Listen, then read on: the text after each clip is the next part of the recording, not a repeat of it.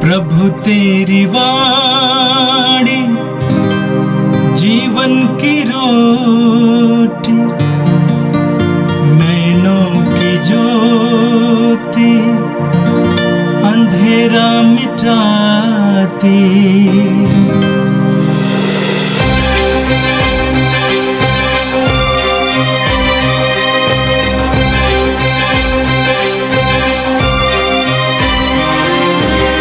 प्रभु तेरी वाणी जीवन की रोटी, नैनों की ज्योति अंधेरा मिटाती।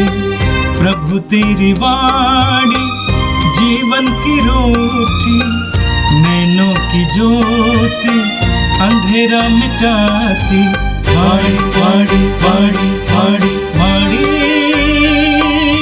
पवित्र है, शाश्वत है, जीवन का मन्ना है। 21 जनवरी शुक्रवार। पहला पाठ सामुएल का पहला ग्रंथ अध्याय 24 पद संख्या 3 से 21 तक। मैं उस पर हाथ नहीं डालूंगा, क्योंकि वह प्रभु का अभिषिक्त है। साउल समस्त इस्राएल के 3000 चुने हुए योद्धाओं को लेकर जंगली बकरों की चट्टानों के पूर्व में दाऊद और उसके साथियों का पता लगाने निकला। वह रास्ते के किनारे पर भेड़ बाड़ों के पास पहुंचा। वहां एक गुफा थी और साउल शौच करने के लिए उसमें घुस गया। दाऊद और उसके साथी उस गुफा के भीतर भाग में बैठे हुए थे। दाऊद के साथियों ने उससे कहा, वह दिन आ गया है जिसके विषय में प्रभु ने आपसे कहा था, मैं तुम्हारे शत्रु को तुम्हारे हवाले कर देता हूँ। उसके साथ वही करो जो तुम्हें उचित लगे। दाऊद ने उठकर चुपके से साउल के वस्त्र का टुकड़ा काट दिया। दाऊद का हृदय धड़कने लगा, क्योंकि उसने साउल के वस्त्र का टुकड़ा काट दिया। और उसने अपने साथियों से कहा, प्रभु यह न होने दे कि मैं अपने स्वामी प्रभु के अभिषिक्त पर हाथ डालूं, क्योंकि प्रभु ने उसका अभिषिक्त किया है। दाऊद ने यह कहते हुए अपने साथियों को रोका और उन्हें साउल पर आक्रमण करने नहीं दिया। साउल उठकर गुफा से बाहर निकला और अपने रास्ते चला गया। दाऊद भी गुफा से निकला और उसने साउल से पुकार कर कहा, हे मेरे स्वामी, मेरे राजा। साउल ने मुड़कर देखा और दाऊद के मुंह के बल गिर पड़ा, और दाऊद ने मुंह के बल गिरकर उसे दंडवत किया। तब दाऊद ने साउल से कहा, आप क्यों उन लोगों की बातें सुनते हैं जो कहते हैं कि दाऊद आपकी हानि करना चाहता है? आपने आज अपनी आँखों से देखा कि प्रभु ने आज गुफा में आपको मेरे हवाले कर दिया था। और मेरे साथी चाहते थे कि मैं आपको मारूं, किंतु मैंने यह कहते हुए आपको बचाया, मैं अपने स्वामी पर हाथ नहीं डालूंगा, क्योंकि वह प्रभु का अभिषिक्त है। देखिए पिताजी, अपने वस्त्र का टुकड़ा मेरे हाथ में देखिए। मैंने आपके वस्त्र का टुकड़ा तो काट दिया, किंतु आपको नहीं मारा। इससे यह जान लीजिए कि मुझ में न तो आपकी बुराई करने का विचार है और न विश्वासघात।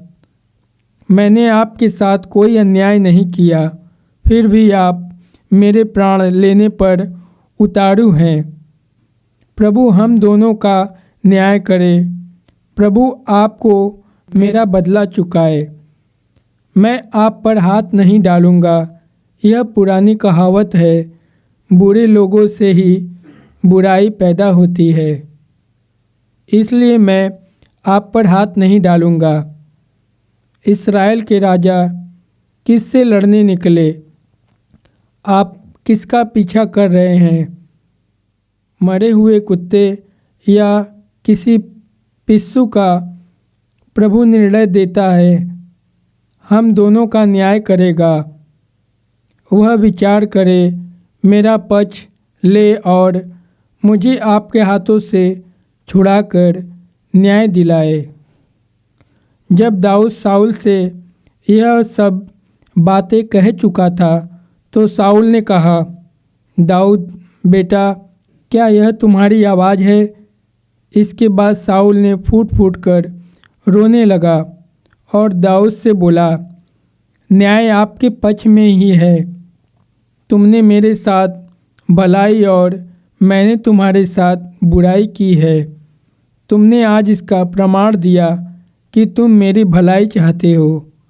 प्रभु ने मुझे तुम्हारे हवाले कर दिया था और तुमने मुझे नहीं मारा। जब शत्रु वश में आ गए थे तो कौन उसे यूं ही नहीं जाने देता। तुमने आज मेरे साथ जो भलाई की है, प्रभु तुमको उसका बदला चुकाएगा। अब मैं जान गया हूँ कि तुम अवश्य राजा बन जाओगे और तुम्हारे राज्य काल में इस्राएल फलेगा फूलेगा। यह प्रभु की वाणी है। संत मार्कुस के अनुसार पवित्र सुसमाचार अध्याय 3 वाक्य 13 से 19 तक। यीशु पहाड़ी पर चढ़े। वह जिनको चाहते थे उनको उन्होंने अपने पास बुला लिया। वे उनके पास आए और यीशु ने उनमें से 12 को नियुक्त किया, जिससे वे लोग उनके साथ रहें और वह उन्हें अब दूतों को निकालने का अधिकार देकर सुसमाचार का प्रचार करने भेज सकें।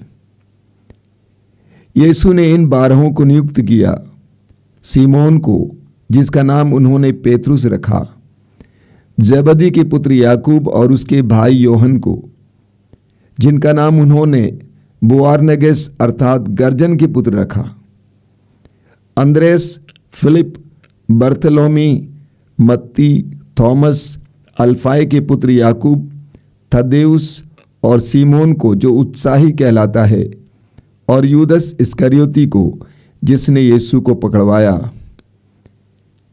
यह प्रभु का दिव्य सुसमाचार है। ख्रिस्त प्रभु की जय। मेरे प्रिय भाई और बहनों, आज के सुंदर दिन के लिए हम प्रभु को धन्यवाद दें।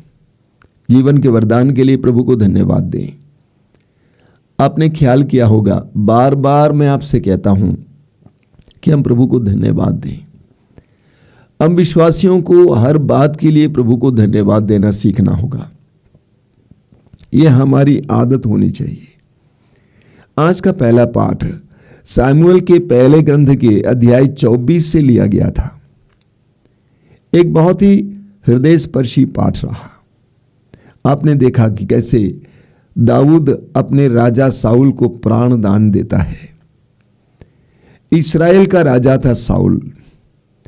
आपने पढ़ा है, सुना है कि दाऊद ने फिलिस्ती सैनिक गोलियत को मार गिराया था और इस तरह इस्राएल को और इस्राएली सेना को फिलिस्तियों के हाथों से छुड़ा लिया था। उस समय से साउल ने दाऊद को अपने साथ रख लिया और जहां कहीं भी साउल दाऊद को भेजता था वहां पर दाऊद जीत पाता था और जीत पाके वापस आता था। सर्वत्र उसको विजय प्राप्त होती थी क्योंकि पवित्र आत्मा का सामर्थ्य उसके अंदर क्रियाशील था। यह देखकर लोगों के अंदर उसके प्रति सम्मान बढ़ा। लोग आपस में कहने लगे कि साउल ने हजारों को मारा लेकिन दाऊद ने लाखों को मारा। ये बात जब साउल के कान में पड़ी तो उसके अंदर दाऊद के प्रति ईर्ष्या जगी। उसने सोचा कि मैं दाऊद को मार डालूंगा और दाऊद को साउल से बचकर भागना पड़ा। एक बार दाऊद अपने मित्रों के साथ साउल से बचकर भागा और जाकर एक गुफे में बैठा हुआ था।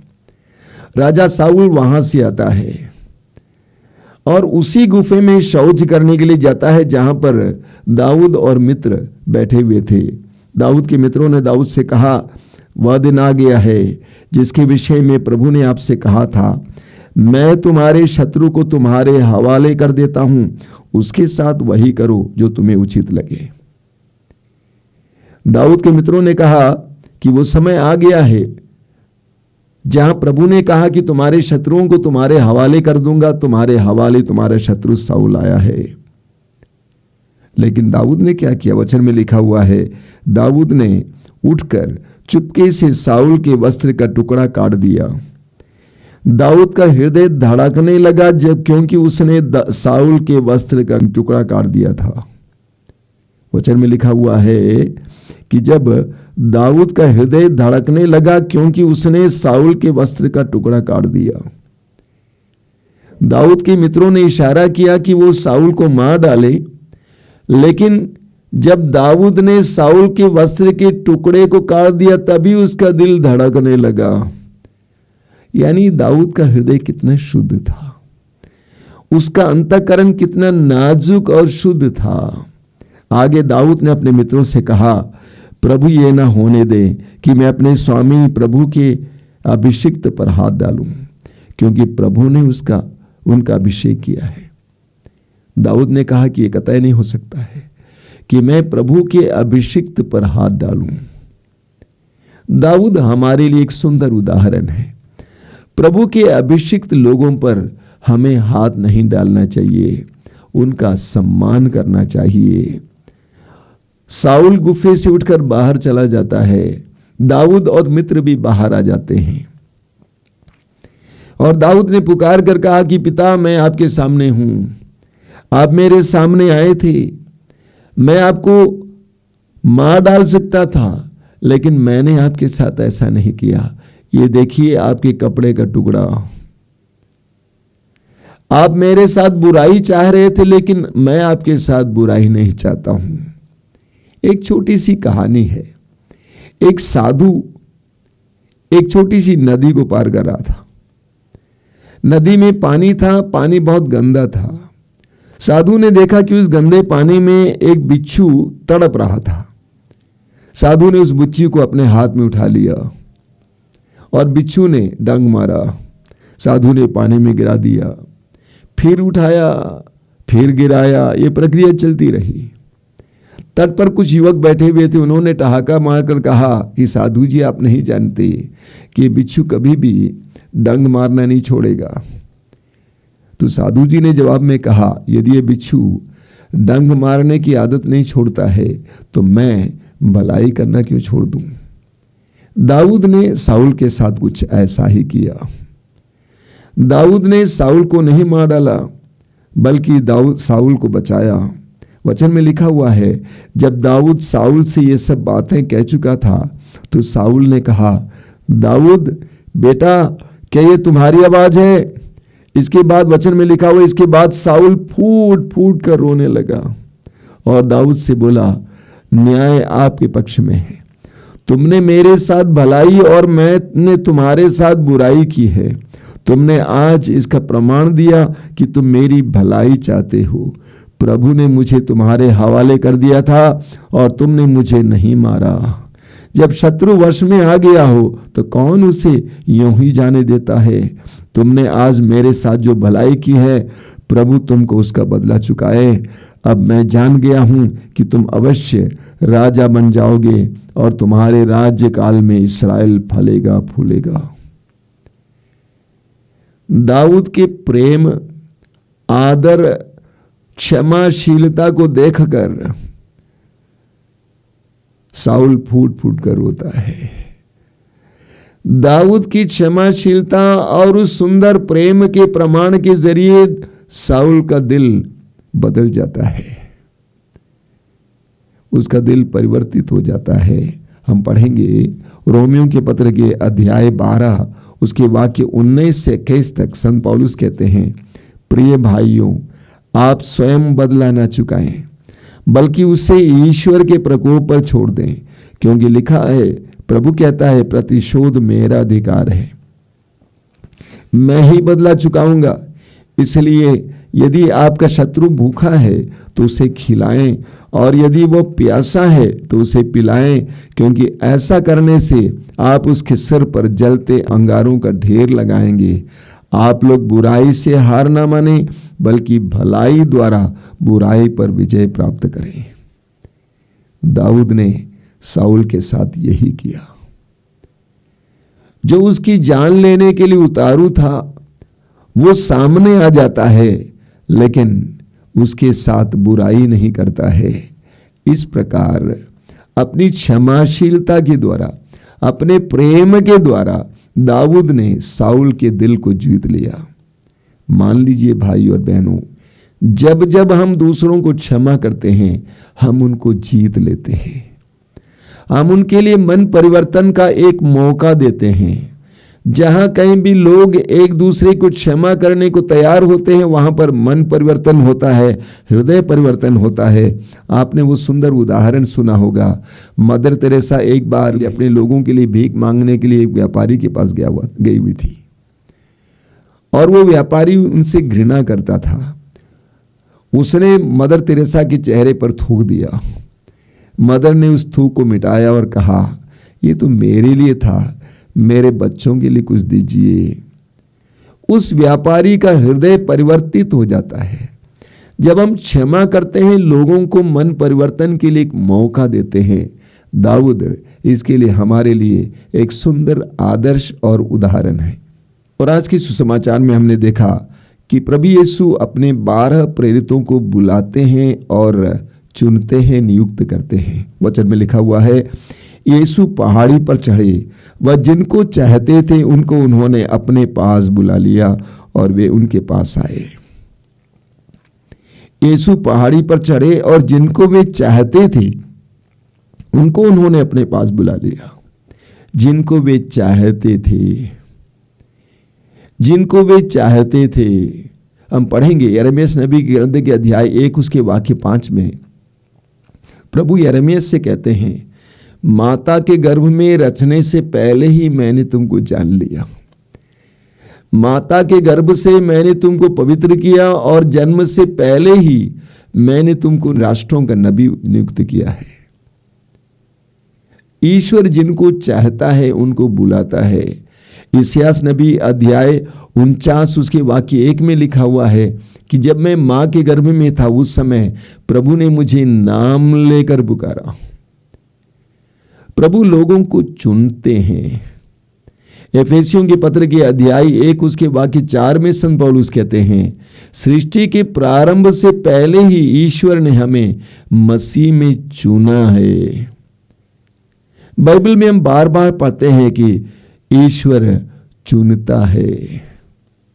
उसी तरह प्रभु यीशु ने 12 प्रेरितों को बुलाया, चुना और नियुक्त किया। क्या के लिए? वचन में लिखा हुआ है, वे उनके पास आए और यीशु ने उनमें से 12 को नियुक्त किया जिससे वे लोग उनके साथ रहें और वह उन्हें अबदूतों को निकालने का अधिकार देकर सुसमाचार का प्रचार करने दे सके। 2 बातें बताई गई हैं। पहला है, प्रभु ने उनको चुना और नियुक्त किया जिससे वे उनके साथ रहें। यीशु के साथ रहने से क्या होता है? एक छोटा सा उदाहरण लीजिए। मान लीजिए एक चुंबक है, उस चुंबक के पास एकदम सटाकर एक लोहे के टुकड़े को डाल दें, काफी देर तक वो वहीं पड़ा रहे, मालूम उसको क्या हो जाता है? बाद में वह लोहे का टुकड़ा स्वयं चुंबक बन जाता है। यीशु के प्रशिक्षण की ये शैली थी। उन्होंने शिष्यों को अपने साथ रखा। शिष्यों ने यीशु को सुना, देखा, अनुभव किया, यीशु के कार्यों को देखा। ये प्रशिक्षण की शैली थी और वे बदल गए। बाद में आप पढ़ेंगे वे भी यीशु की तरह बन गए। तो सबसे पहले उनको बुलाया ताकि वे यीशु के साथ रहें। दूसरा है, अबदूतों को निकालने के लिए सामर्थ्य पाकर भेजे जा सके। अबदूतों को निकालने के लिए सामर्थ्य पाए, कैसे पा जाते हैं? पहले के द्वारा, यानी यीशु के साथ रहने के द्वारा। यीशु के साथ रहने से अवदूतों को निकालने का सामर्थ्य मिलता है। हमारे जीवन में हमें देखने को मिलता है कि हम कितने दुर्बल हैं, कमजोर हैं। जानते हैं इसका मुख्य कारण क्या है? हम यीशु के साथ समय नहीं बिताते हैं। हम यीशु के साथ समय नहीं बिताते हैं। जितना हम यीशु के करीब रहेंगे उतना हम यीशुमय हो जाएंगे। मैं अक्सर लोगों से कहा करता हूं, प्रभु के करीब, प्रभु के सानिध्य में बैठिए। जिस तरह आप जब धूप में बैठते हैं, धूप की गर्मी आपके शरीर में प्रविष्ट हो जाती है। आग के पास बैठते हैं, आग की गर्मी आपके शरीर में प्रविष्ट हो जाती है। उसी तरह जब आप प्रभु के सानिध्य में बैठेंगे तो प्रभु के अंदर जो कुछ है वो आपके अंदर प्रवेश करेगा। प्रभु की कृपाएं आपके अंदर आएंगी, प्रभु का प्रेम, प्रभु की शांति, प्रभु की पवित्रता। शिष्य प्रभु के साथ रहे और वे पवित्र आत्मा और सामर्थ्य से पाकर अवदूतों को निकालने की शक्ति प्राप्त की। हमारे प्रतिदिन के जीवन में भी हमें इसका ख्याल करना है। हमारी दुर्बलताओं का कारण यीशु के साथ ना रहना है। प्रार्थना के द्वारा, पवित्र वचन के द्वारा, हम प्रार्थना और पवित्र वचन के द्वारा, संस्कारों के द्वारा प्रभु के साथ हो ले। आगे हम पढ़ते हैं कि प्रभु यीशु ने 12 प्रेरितों को नियुक्त किया, उनका नाम दिया गया है, एक एक व्यक्ति का नाम। यूहन्ना के सुसमाचार के अध्याय 15 वाक्य 16 में प्रभु यीशु कहते हैं, तुमने मुझे नहीं चुना बल्कि मैंने तुम्हें चुना और नियुक्त किया है। व्यक्तिगत बुलाहट, अ पर्सनल चॉइस। और मैं ये बताना चाहता हूं कि हम में से हर कोई भी प्रभु की व्यक्तिगत बुलाहट है, पर्सनल चॉइस। प्रभु ने आप और मुझे चुना है। प्रभु को धन्यवाद दें। आंखें बंद कीजिए। प्रभु यीशु, धन्यवाद देते हैं आज के सुंदर दिन के लिए, तेरे पवित्र वचनों के लिए। एक एक वचन के द्वारा तू हमें जीवन देता है, प्रकाश देता है, सामर्थ्य देता है। आज के संपूर्ण दिन में हम इस बात पर मनन कर सकें कि जिस तरह तूने अपने प्रेरितों को चुना अपने साथ रहने के लिए, सामर्थ्य पाने के लिए, उसी तरह हम भी तेरे साथ रह सकें, सामर्थ्य पा सकें। जहां कहीं भी हो, जो कुछ करें, वहां पर तेरे सानिध्य में रहें। ए प्रभु यीशु, इन वचनों को सुनने वाले मेरे भाई बहनों को आशीर्वाद दीजिए। आज का संपूर्ण दिन उनके लिए आशीष का दिन हो। हर प्रकार के बंधन से उनको छुड़ाइए। हर तरह की दुष्ट आत्मा के प्रपंच और फंदे से उनको बचा के रखना। हमारी इस प्रार्थना को ग्रहण कर प्रभु, आमीन। प्रभु तेरी वाणी जीवन की रोटी, नैनों की ज्योति अंधेरा मिटाती। वाणी वाणी वाणी वाणी